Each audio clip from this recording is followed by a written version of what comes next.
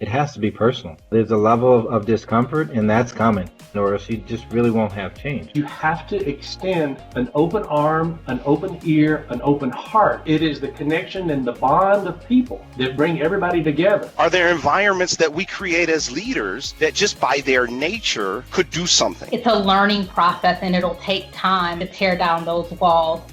Welcome to Beyond Bosch. I'm Jessica Dahl. Today is a very special and important episode around the topic of race, social unrest, and what it means for Bosch and other organizations. Joining us today, we have 4 individuals from Bosch with their own stories who have graciously agreed to share with us their journeys, including the tipping point of our nation, calling for change. We know this episode will have a lot of great information and perspective, and we hope you as the listener will allow yourself to pause when needed, take some notes if you're not driving. And remember, you can always just listen to this in small pieces if you need time to process. Elevating this topic and these voices is really important for us at Bosch as we're on our own journey as an organization. And as individuals, we invite you to pull up a seat at the table, grab a beverage, join us for an authentic conversation, no matter where you're coming from on your own journey. Let's dive in. Joining me today, we have Charli Ackerman, Andreas Douglas, David Mosely, and Mondraea Calvin. I'll have each of you introduce yourselves in a moment, but I wanted to lay the framework for those of you listening to understand why this group of people. These individuals represent a greater team of people who are part of an internal resource group at Bosch called African Ancestry. And this group has had many conversations internally that have begun to open doors of change within this organization. And we want to share with you what those conversations have looked like, what they've sounded like, some of the growth that is taking place, and some insight and perspective on how to challenge yourself and your organization to take action. Let's meet our guests. Mondraea, would you like to go first and just briefly introduce yourself? Sure. My name is Mondraea Calvin. I am the HR business partner for the regional team located in Farmington Hills, also serving as the current president of African Ancestry. I've been with Bosch for a little over 12 years now. Thank you. Andreas, would you like to go next? Sure. Hello, everyone. I'm Andreas Douglas. I'm a site leader of the Engineering Center in Waltham, Massachusetts, just outside of Boston. I've been at Bosch for 9 years and a contributing member at African Ancestry Resource Group. Thank you. David? Hi, David Mosely. I'm Regional Business Unit Leader for Wiper Systems North America. I've been with Bosch for about 25 years, and I currently work with the AAB team as a contributor as well. Excellent. That leaves us with Charli. Yeah, thank you, Jessica. First off, I appreciate being here today. My role is the Senior Vice President of Human Resources for Bosch North America, and I consider myself a bridge builder and a lifelong learner with a passion for people, and that is what makes me so excited about working for and with the African Ancestry at Bosch group. I've been with Bosch now for 25 years, and it's a very exciting place, and we love to continue to make it better. Excellent. Thank you, guys. Thank you for that intro. And we have a lot of years at Bosch here on the call. That's awesome. So, I mean, we talk a bit about African ancestry, and that's kind of how you all got together. Can you explain maybe a little bit more about what is this resource group? How did you all start talking, and why? Sure. So for those that may not be familiar, business resource groups are groups of associates with a common interest that voluntarily come together to promote greater cultural diversity, awareness, and education. Specifically, African Ancestry at Bosch, or commonly referred to as AA at B, is one of 7 at Bosch, and our mission is to position the company as an employer of choice where current and future associates of African ancestry descent feel valued, empowered to contribute, and to develop and cultivate their own as well as the company's successes. At the end of the day, really our vision is that Black associates have a voice, feel included, and represented in our development at Bosch. In light of the social unrest, Charli and I had just in general, our African ancestry team, anyway, we're meeting on a monthly basis. And Charli and I had began talking about what can we do or what should we really be doing as an HR organization to respond to all of the events that were happening externally. And we had our first roundtable dialogue where we brought the steering committee together just to come together. And we had just kind of 3 key questions. How are you feeling? What are you hearing? And what do you need from Bosch at this time? And I think Charli got a boatload of information. Yes, I did. I got plenty of information. We set the conversation up to just be real, raw, and authentic. And I think for the first time, giving these associates an unbiased opportunity to just talk, right? And again, we really wanted to know and set the groundwork for how are you feeling right now? And we got raw and authentic feedback from that group at that time. Yeah, just to make a comment, I mean, first off is that, of course, Mondraea does an outstanding job really setting up the forum. And as she said, listening was the key point, and really listening to some of the real raw pain that people were feeling at that point in time, how they were seeing that in their homes. We were still at this point, faced with working from anywhere and being isolated without being able to come back into the office and look at each other eye to eye. It was very, very challenging. But, I tell you what, it could not have been a better event because we literally just opened the floor and I was able to just listen. Had absolutely, and I use the term tabula rasa, which is clean slate. Come to the table, no preconceived notions, just listen. And the emotional safety that Mondraea helped set forth at that meeting was incredible. And I would just say that it was very impactful for me personally, and it even gave me more inspiration to do more, for African Ancestry at Bosch. So who was part of that initial conversation? You said there was a steering committee. Could you elaborate on that? How did that committee kind of come to be? Sure. So this is the primary or the core working group of African Ancestry. So this is the group that's coming together to share feedback, interest, ideas, thoughts, and actions that we as a community should be picking up and taking action on. So this group of 10 individuals is a diverse group of people from across the business. That group came together to provide a pulse of at least what some associates within the organization may have been feeling. So you guys had this conversation. You started getting a lot of raw, authentic feedback. Then what? Because I'm sure I can imagine what was coming in. And what do you do with that? Do you mind if I add something, Jessica? Please. Maybe just as a bit of dovetail, and I think this, and I wasn't a part of that conversation, but I think one of the things we've talked with Charli and all of us is conversations, and I hear you, Jessica, trying to pick up kind of the genesis of the conversation, but I think it's also important to make the connection to the backdrop of the context of what's happening in the country and what's happening in our homes, right? So some of these conversations, as you can imagine, the backdrop that we're talking about is, the global pandemic as well as social unrest. And a lot of these conversations are happening in our homes, with our spouses, with our kids, within our communities. There are a lot of conversations in at least in my case, where digesting on a daily basis inputs about the pandemic, inputs about the social unrest, and we're trying to dialogue with that at home. Mm-hmm. And I think that's, at least in my case, going on for, several weeks where because of Charli's point of isolation, you don't have maybe the traditional contact and environment that we would have, whether we've been at church or with social groups or things like this. So I think that's an important piece to the entry point, because there's a lot of dialogue at home that helps with kind of the pre-processing, right, of what's happening, putting it in your own kind of framework, and quite frankly, dealing with some of the emotions, right? There were a lot of, in my household, there's just a lot of tears and a lot of crying and a lot of anger and kind of the whole gamut of emotions that are the backdrop of some of these conversations of which I didn't start. And I think that's an important, relevant piece to as we go forward and talk about how it comes into the organization.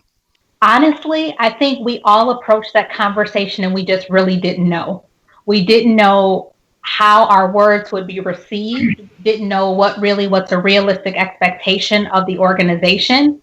So we were figuring it out, right? And so there was this question of, what do we do to help ourselves? What do we need to do? What's our obligation to the organization to help move this topic along? And really, what is a realistic expectation to have? What's reasonable? What's right? And what's realistic? Were the things that I think we were just struggling with. Just to build a little bit of background on that, one thing that was really neat about this whole session was what we came out of this, we'll say, all of the different conversations with, was a real understanding of trust. For the first time, a lot of people that, we're people of color, we're speaking openly, which is something we're programmed not to do in the workplace. It is very much faux pas to take on these conversations, whether it's for fear of backlash or just not good etiquette. It's just somewhat how we've been programmed in the past. However, what we learned is that these conversations, when you're within the circle of trust, really are fruitful, and you get over that and eventually move on to something that is actionable. First, you start out with a lot of raw content, which is just nothing more than feelings, and let me tell you how things are going on my part. And then it turns into, okay, what can we do that's actionable? What are some reasonable expectations of the organization? What type of organization are we? Where do we stand on some of these topics? And it really brought to light that Bosch does a great deal with regards to diversity and inclusion now. But in order to somewhat take credit for that and to build on that, it really allows you need a platform to kind of level set and say, about this specific topic, here's what we think, and then how do we build on a diversity and inclusion effort on top. So it was really interesting, but for me, trust was a key factor in the conversation. It was a key learning out of the conversation that we could have this conversation. That's powerful. I think also I'm wondering, as everyone's sharing, do you think because of the work from anywhere situation, do you think that helped kind of allow a little bit, I guess, of bridging that gap of, maybe feeling, I know for myself, even in some conversations with my coworkers, I felt way more casual just because the nature of being at home and we're all kind of going through so many different emotions. Did you guys find that with this? Do you think that almost helped in a way, kind of level set, allow it to drop to a different level? So because of the pandemic, what I found myself as a leader asking my people and my stakeholders and my bosses asking me is, hey, how are you doing today? And that question is so broad, you can take it where you want. And back to today's point of circle of trust, and depending upon my relationship and my interest, I took the time for that casual atmosphere of that question, but also, to your point, a more relaxed environment to say, well, I'm really struggling about what's going on with race in our country, right? And so sometimes I went out on that limb, depending upon the relationship, that circle of trust, the situation, and quite frankly, where I was in my point in my journey emotionally on that day or that morning, for example. And so I think the combination of the intersectionality of our personal lives and our professional lives, of which working at home is one piece of that, but there were other dynamics that I think set the table to allow for that openness. And quite frankly, the other side of the receiving part of that question, to be able to really, as Charli mentioned, take a minute and really hear and listen, and an attentiveness of how important it was for that intersectionality of that personal and professional lives to say, hey, I'm really attuned to what's going on with you. Yeah, Jessica, one thing that I would also add to that conversation, I don't think that we can underestimate what was really happening at that point in time. The very first thing is that if we look at what was happening just with our business was really being hit hard. COVID exacerbated that topic. That was number one. And then everyone goes into the situation of work from home. And then all of a sudden, when we went out of the office, here we are within 6 weeks of seeing some of the most intense social unrest in the United States in quite some time, just in a few weeks. I was thinking, what could go wrong next? I mean, really, I was looking for the news to say that an asteroid was coming to Earth. Yep. Really? Yep. I mean, it was, or aliens had landed or something. But I didn't know exactly what was coming next. But again, the point that Andreas is making is that there was such a sense of anxiety in the homes of people at that point in time. I truly believe that was a moment where you, and not to go, you'll understand a little bit about me as an individual when I say that, because it's faith. I truly believe that faith has a lot to do with some of the actions that I had in reaching out to other individuals, because I have faith in people. And only through knowing that there's pain and suffering that you have to extend an open arm, an open ear, an open heart to those individuals. And that's what moved me to actually have that discussion with Mondraea, and also with David, and then ultimately with Andreas. Very good points. I remember feeling the same things, kind of looking out my window every day, like what's next? Yeah. It's a very good point. Look, human nature is really all about staying connected with people. That's what we do. It is the connection and the bond of people that bring everybody together. There are certain aspects of whether, we go to work so that we can have money, so that we can have a family and do all this other stuff. But at the end of the day, you'll see that there's a natural tendency for people to constantly group and categorize and pull together. I mean, even in business. And you have to tap into those connections. Yeah, absolutely. With things that were going on in our community in the recent months and throughout the pandemic, it was really it was really a personal item for all of us. But there was such a number of protests, and then for the first time ever, I had to face the question, hey, would I protest? And I've been firmly against being on the 6 o'clock news, at all costs. So I was really, it was an emotional moment for me to sit down with my kids and to walk through that because I didn't want to discourage them from doing what they felt they were doing. I didn't feel empowered or necessarily at the time, driven to be on the front lines at the time. It was really a wake up call for me as well, and I did in support of them. And then it became something you get more and more comfortable with, and having these difficult conversations. Being heard is difficult when you're not used to the topic being new. If you feel like you've broached the subject before and you've not gotten the result that you would expect or hope for, and then someone else has broached the subject and then still their results weren't fruitful, it's really tough to continue to seek to be heard when you feel it's something that's going on in the community. So just setting a backdrop for that. That's one personal thing that I really felt hit home for me, but it was also a wake up call that something strong is going on in our community, and you have to get on board, or you're on the 6 o'clock news now, no matter what. but now you have to get on board and really assume a position and be more active. I think it's what the community is calling for. But when I asked the question of this particular group, what is the one thing that you could tell me that I need to take away from this conversation? There are 2 points that I'll make. The very first thing that they said was, Charli, we really want you to understand our culture. I will never, ever forget that statement. All right. Then the second thing is that there happened to be one of the individuals, on the call that told a story about how every night with their children, how important it was to have a discussion about what's highest priority for their protection. And they use an illustration about principles associated with, is the car ready to go to the grocery store? Is the car ready to go get gas? Does it have any lights out? Does the pathway to go to the grocery store, is it a safe direction? And my goodness gracious, I'm sitting here asking myself the question, did I ever have discussions with my children when they were growing up to that degree? And the answer is no. I did not have those discussions with my children.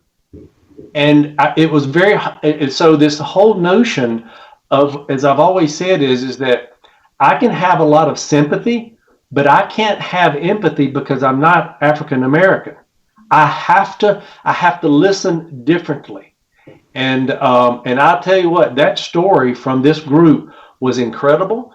It was emotionally moving for me to really try to understand differently what it means to raise my children, and what like David and Andreas and Mondraea, the things that they face are so different than what I faced. And so many other individuals are like that. And that's where we have to listen real hard. That's the point. So to dovetail off your point, Charlie, so George Floyd happens, and I live in Newton, a relatively strong socioeconomic community here in the Boston area, and predominantly very few blacks, less than 2%. A week after George Floyd passes away, there's a Facebook post by a man in Newton who I've never met, and he happens to be the athletic director. And you can look on the news on the Boston Globe newspaper; they have several articles about it. But he posted a Facebook post saying, "I live in the city of Newton. I'm an athletic director at Northeastern University. The week before George Floyd passed, I was pulled over by 8 police in Newton with guns in my face drawn. Me and my wife were walking down the street holding hands with flip-flops on our way to Whole Foods, and this is what happens." And so this comes out, these examples that hit home very close geographically, but also in terms of my content. He's a large black man, just as me. He's 6'4", 6'5", myself as well. I'm often walking down the street and have very similar instances for myself, not in terms of police, but in terms of odd behavior as it relates to us as a couple walking down the street.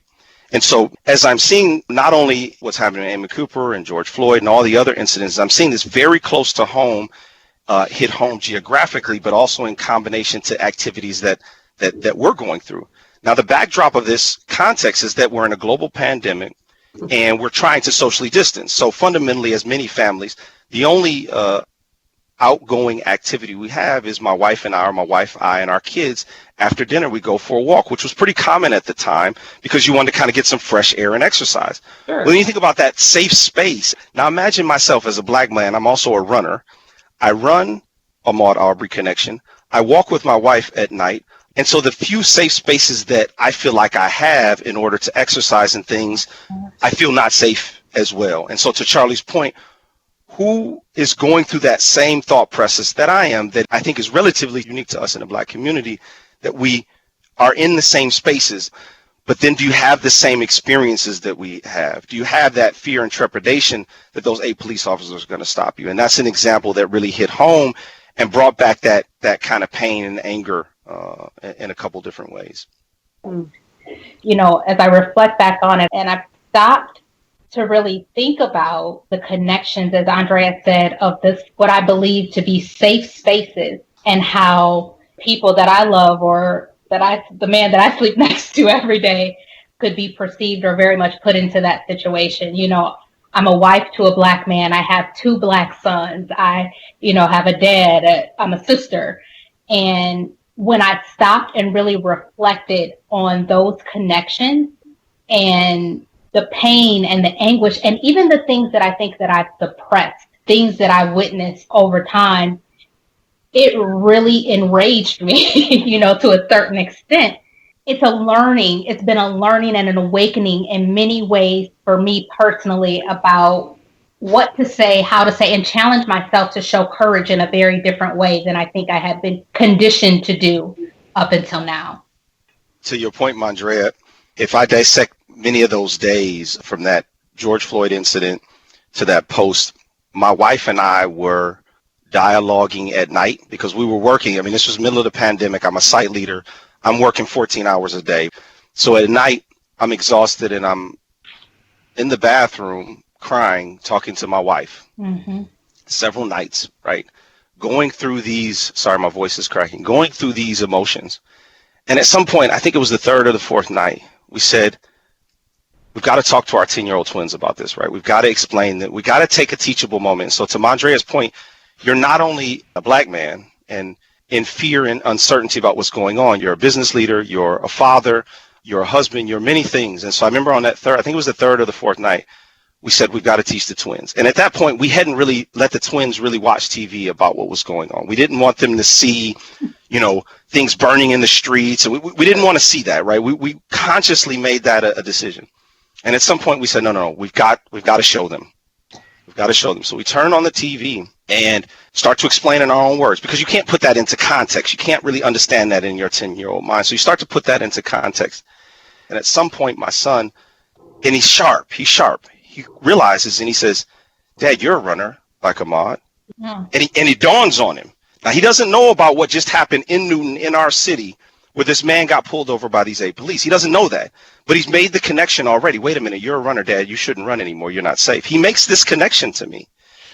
And so then we start, as he's going through these cycles of realization of not only us as a Black family, but the world, how he sees the world embracing him or not, we start to ask, okay, what do we do through this? And one of the things, back to kind of having a safe space, he had the week before watched a movie that talked about making an ofrenda.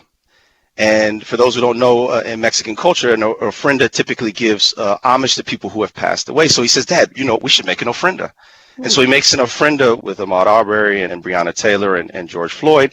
And we light candles that whole week in acknowledgement of it. And we try to bring to that experience some opportunity to teach not only what's going on, but to pay our respects to those people that we've never met before, but that are not too dissimilar to us. Mm-hmm. And so back to Charli's comment about what kinds of conversations we have at our own dinner table, that was that weeks of conversation and preparation at our dinner table. As hard and painful as it was, we felt like we needed to. This wasn't like talking to grandpa who's in civil rights in the 60s. This is happening right now. Let's bring it to our table and digest that. Yeah. Mm. Yeah. That's just so impactful, because there's such an additional layer. And I'm just picturing the weight of seeing your kids' eyes opening into something like this. To see eyes open and to have this almost conflict with their reality, it's tough. It's tough across the board. My son is now of college age, and he saved up his money, and he was determined to buy a car. So he saved up his money, buys a car, and he wants a Mustang. Like, oh, okay. It's like, if there wasn't a target before for you to get pulled over, kid, you just drive a Mustang. You want a red Mustang? Is there anything else we could do? No, Dad, I want a Mustang. So we buy the Mustangs, and we have to have the conversation of, again, about him being pulled over and what to do when you get pulled over. Hands up, hands on the dash. And doesn't he have to use it? He had been pulled over, and the interaction went very well, but it was the fact that you had to have the conversation. And when you're having those conversations, those eyes are opening for the first time. I can really relate to what Andreas is saying. It's tough. It's tough to have to feel like you're having the conversation. It's even more difficult to feel like everyone is not having the conversation. It's just something you have to do with your kids. And I think, as a parent, it's figuring out when is too soon, when is too late. And I'm wanting my son, my 12-year-old, to make him have courage and speak up, and still allowing him to be him. I think back about a year or two ago, my son wanted braids so bad, so bad. Mm-hmm. And I was adamant, hell no. Mm-hmm. And when I stopped to think about why, it's really because of the stereotypes that are put on Black boys with braids. Yes. He doesn't understand that. Yes. It was hard for him. He eventually got them, but he won me over. My son too. He wanted to look like the Karate Kid. Exactly. Jaden Smith. So he said that convinced me. And I had to really come to terms. I'm glad that I allowed him to do it, right? But at the same time, I was nervous going into it about the way he would be perceived by others and for people that don't look like him. And then secondly, I was somewhat proud of him, because he goes to a school where he is the minority, in the school. And so allowing him to embrace who he really is and dispel that stereotype. He's not a bad boy, but it just made me that more conscious about some of those things that I'm teaching him by putting my own, what I know to be stereotypes, forcing those on him as well. So. And I think that if to bring it back to our commonality here, right? If you bring it back to Bosch, is how do we understand and value our associates in their true self? Mm-hmm. Charli talked about hearing, which is really for me about seeing our associates, really seeing into who they are and creating the right kinds of environments in which they feel comfortable. Yeah. Yeah. Andreas, I just make a comment, just kind of continue that line of thinking, because it kind of gives us a direction of where do we need to go from here. One of the things that Andreas did was he helped expose me to a book called How to Be an Anti-Racist by Dr. Ibram Kendi. And one of the things that was so impactful for me as an individual, and as Andrea said, as a leader, is Dr. Kendi actually broke this down into some strong fundamental areas. Part of that is the basis of understanding what is a racist. And according to the studies and the research that was done by Dr. Kendi, was either you have hate in your heart or you're ignorant. It's one of the two. And it's some very profound research that he says. Well, that also helped me. And I truly know I don't have any hate in my heart. However, I have to be on a learning journey about what that is and go deeply into listening to others. And I found that to be very impactful. And I continue to tell, Andreas, David, and Mondraea, I love the books that we're reading together, learning together, the discussions, and this circle of trust that I have with these three individuals is just incredible, because they're helping me on my journey, making sure that I'm doing the right thing by all walks of life, but especially the Black community. Thank you for that, Charli. Maybe just to put a little context to what Charli is saying, I grew up in the 90s where people would say, hey, you're a racist, right? If you come of that generation, you would say, hey, I'm not a racist. And so Kendi's theory, either you're a racist or not. It's either one or the other. And the way Charli puts it, of you have hate in your heart or ignorance, what Kendi said is the definition's got to evolve. It's not racist or not. You can also be unaware. Yeah. And your unawareness or your lack of understanding or your lack of involvement can perpetuate these systems and these policies. And so in the 90s, if people say, no, I'm not a racist, right? I have friends who are Black and we're okay, and I don't have that hate in my heart. I'm clearly not a racist. And this is kind of that context that Charli refers to. But what Kendi does is he introduces another state, and that is that anti-racist, someone who's actively being aware. And what he talks about is that there's policies and procedures and things that are in the world, whether they be laws or tenets, that even if you do nothing, just their establishment of that we work in them kind of proliferated. Whether you believe it or not, this is the theory. And so back to Bosch, what we're asking ourselves is that same kind of construct. Are there policies and procedures? Are there mindsets? Are there environments that we create as leaders that just by their nature could do something? And I think what the challenge to ourselves is to put on those different lenses and analyze our different perspectives, right? And so what Charli is referring to of hating your heart versus ignorance is what we find, especially in a company like Bosch. As you said, our benefit of the doubt is that it's not hate in your heart, but that ignorance can be dissected into many pieces, and that's that journey that we're on. And if we change our way of thinking, it gives you a different lens to reimagine this conversation, and I think that's been really powerful in our dialogue with Charli. Mm-hmm. Mm-hmm. In talking to a friend of mine outside of work, talking about the challenges of this topic in the workplace and how to have the conversations. And he said, one of the things that I just think about is Breonna Taylor, Ahmaud Arbery, George Floyd, they could have been one of our employees. They could have been one of our customers. They could have been you at the end of the day. And so how would your company respond then? Making the connection more personal. This isn't someone that was a victim of bad behavior. All of us, to some extent, have been close to or experienced some racial profiling and could have been in this sort of situation. So presenting the conversation through that lens has been helpful. And I've shied away of, frankly speaking, of raising the topic directly with my leadership team. And because most of my leaders, at least in small instances, I did have a conversation, but to my leaders that are white men, I have not had the conversation because I'm a bit lost in terms of how to approach it and where to go. So that's still an opportunity for me to have that conversation. Well, I would imagine too, I can only imagine, obviously, that would be a lot to approach, not knowing where everyone's at on their personal journey and what that would look like and what kind of responsibility you really need to take on with that. I can only imagine the weight of having those conversations. Mm-hmm. So one of the things, Jessica, is, your values and your beliefs of what you have at home, you can't take them out of your mind and your heart and then come to work. Everything that you are all about, you are going to come to work with that. Mm-hmm. And I don't think that Bosch as a company would ever expect you not to be that genuine individual. And that's my belief. And what we have to do is as a company, just continue to make sure that, especially those things where we continue to learn about equity, how do we make sure that things are fair?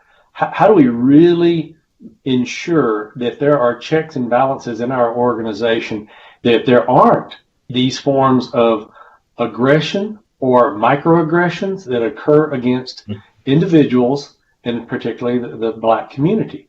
I mean, that's what I believe.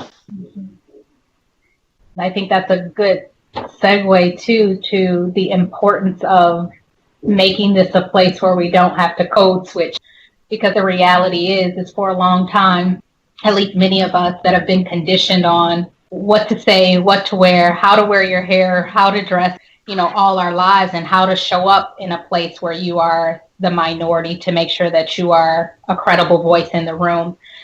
It's a learning process, and it'll take time, I think, to tear down those walls so people don't feel the need to act or behave different in those environments. So I can appreciate that Bosch is a place that accepts and promotes showing up as an authentic person. And so we have to make sure, to your point, Charli, that we're making sure that the environment that we're putting people in also supports that.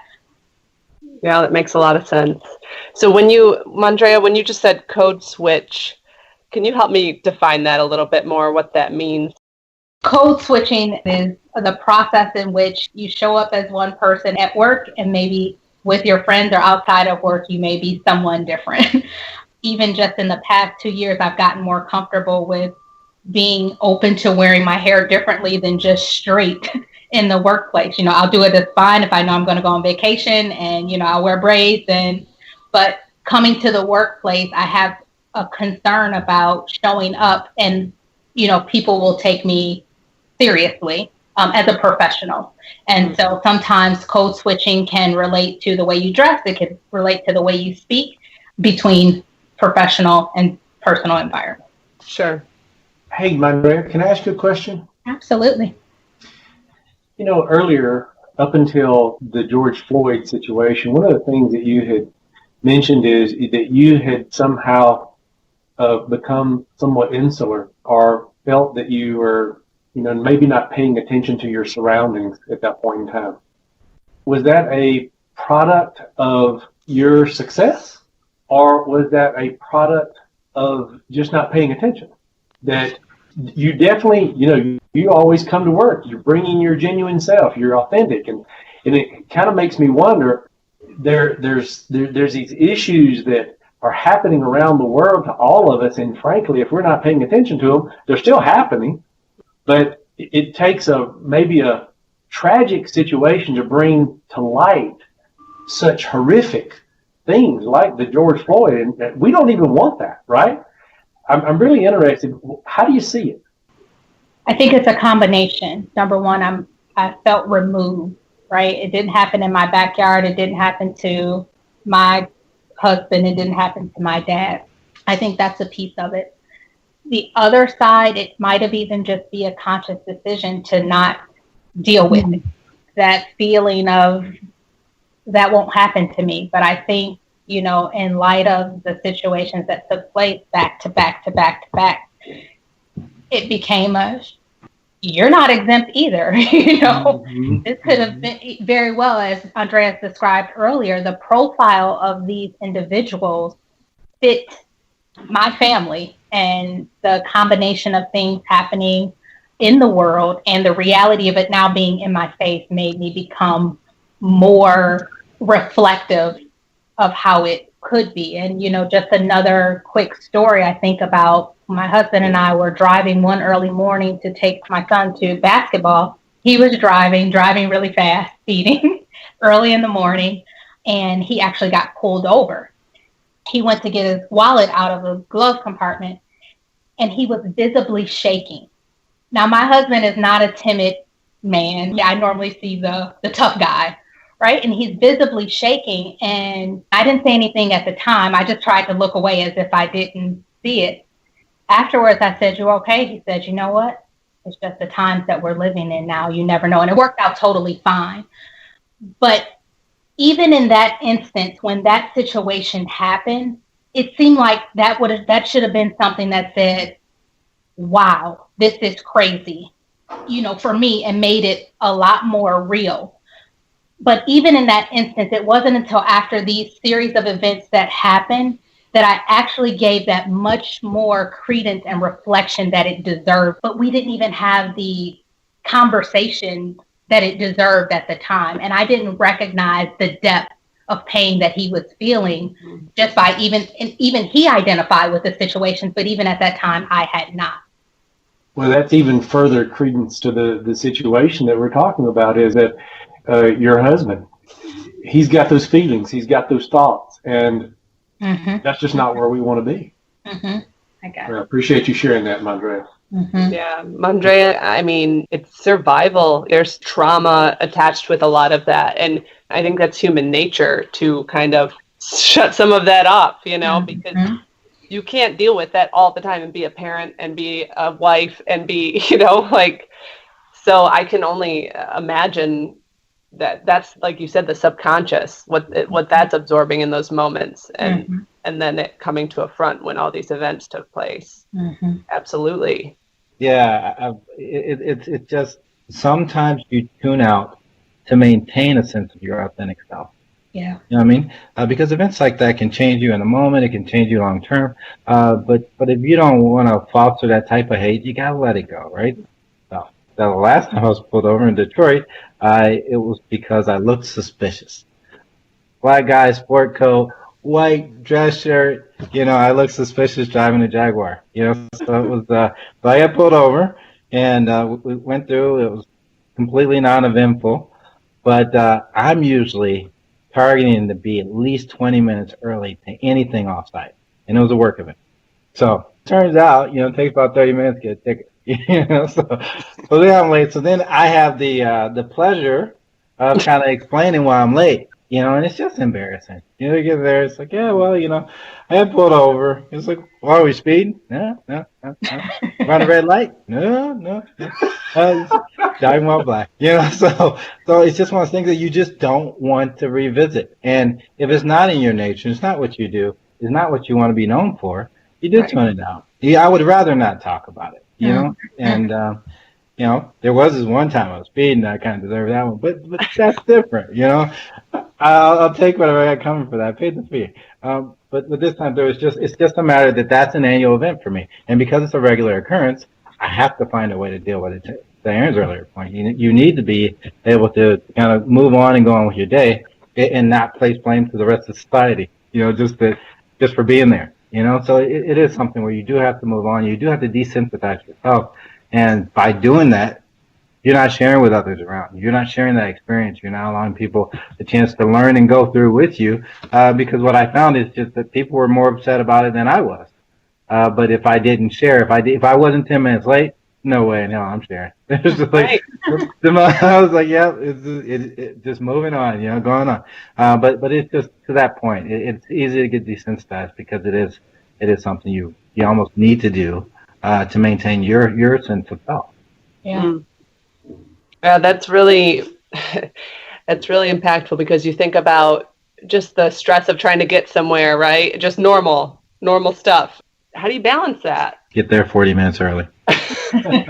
I mean, I think of, not anecdotally, but I think there are coping mechanisms that are generational for sure, that are brought to you at a young age, and for your own self, you develop these techniques, right? Mhm. And so I think Dave could answer for himself, Mondraea for herself, me for myself. And I think the answer is you develop these techniques. I can imagine all the way from very unhealthy techniques to hopefully as healthy as and productive as possible. But in the end, that's how we work through and manage. It's not too dissimilar, and I think we've been using this example because I just think it works so well. When you make the connection between, how do you as a mother or as a wife deal with COVID in your workplace? And you say, whew, that's tough, right? That's tough because I got my babies over here studying and I'm here trying to, I think you can understand the idea that simultaneously you're trying to do with two things that are very dynamic and challenging. And those techniques, as best you try, as much effort as you put forth, no matter what techniques you use, it's very challenging. And I think answering that question is the journey that we are on now, right? Not only on our own personal journey, but as an organization, so that we can bring as much of ourselves as possible to the business and to humanity. That makes sense. I'm thinking back to David, when you said you don't always want to share about that, right? Those moments. And then it turns out that actually there's a missed opportunity there for learning on the other side and developing some of that empathy. So there's that balance. From my perspective as a white female, I don't have these same situations arise. There's so much there that's not necessarily on Black individuals to teach. And yet it's very difficult to learn without having those one-on-one conversations. Like you said, Andreas, I feel like there's such a balance of having that openness in the workplace and developing trust at that next level with people like myself who need to learn more to move and change. Hey, Jessica, can I offer something here? Yeah. So I find it quite interesting. And again, this is a bit on the fly. I'm just kind of sitting here and I'm asking myself, if I looked at Mondraea, Andreas, David, what are some things other than their race that makes them similar? Not the same, but similar. And one of the things that I know about all of them is perseverance and fortitude. Okay? Each one of them has perseverance and fortitude as qualities of their nature. That's a big takeaway. And I continue to say a big nugget of gold for me in this journey. Mm-hmm. I think that's a good point. As far as where you come from as a frame of reference and the commonality. In order for this movement to have any real effect, it has to be personal. Mm-hmm. You have to share. There's a level of discomfort, and that's coming. So you can deny it if you want, but that's coming, or else you just really won't have change. I started with Bosch at 20. I had to have a note from the plant manager to rent a car. So I saw earlier I started with Bosch, and I started in Albion, Indiana, where you were about 40 some odd miles away from the home of the Ku Klux Klan in Angola. That's where it was all invented, So there were some minds to be changed, and it was interesting how you go from being a true minority. I grew up in Indianapolis, so that drove me to apply for the wrong job. I came there in Indianapolis. We don't really have a lot of factory works, but it said now hiring operators, so much an hour. I was like, oh man, hello Robert Bosch. We don't really have operators that, in the sense of manufacturing down in Indianapolis. So all that to say, hey, I was put in a situation where I was at one point starting out, I think 1 or 2 Black people in the plant. And you feel like you're representing more than just you in that moment. And you're careful with your words, but who you talk to really determines the way the conversation goes and the mentality of the person that you talk to going out of that conversation. Mm-hmm. So we'll continue to have those tough conversations, and it gets easier. The more you talk about it, conveying the message, but doing it in a way that it can be received. So that's kind of part of it. being courageous enough to have those conversations, whether it's one-on-one or in a small group or whatever the setting may look like, the ripple effect that those conversations can have, maybe going further than you even realize. I'm impacted, then I have a conversation, at home, or all of a sudden I see things that I didn't see before. Thank you, guys. I just really appreciate you sharing, taking so much time. Thanks for listening to Beyond Bosch Podcast. In case you missed our other episodes, now's your chance. Go back and take a listen.